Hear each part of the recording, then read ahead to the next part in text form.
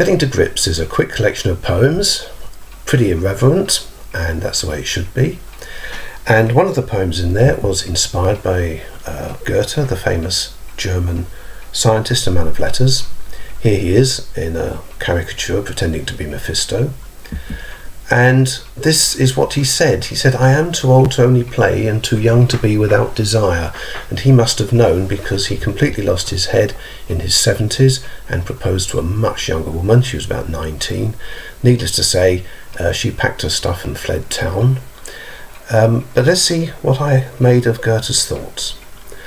"I am too old to only play, too young to be without desire, too old to tumble in the hay, too young to quench my residual fire, too old to miss a midday nap, too young to never think of straying, too old for hormones to cause a flap, too young to stop my eye surveying, too old to pass an empty trap, too young to stop believing, too old to play with ball or bat, too young to trickle when relieving, too old to worry what comes next, too young to admit my leaving, too old to bother to get vexed, too young to start my grieving, too old to want to live forever, too young to think this cannot last, too old to want some new endeavour, too young to wallow in the past, old enough to know those amazing years are in life's bank, secure and undeniable, young enough to know I can still sup life's beers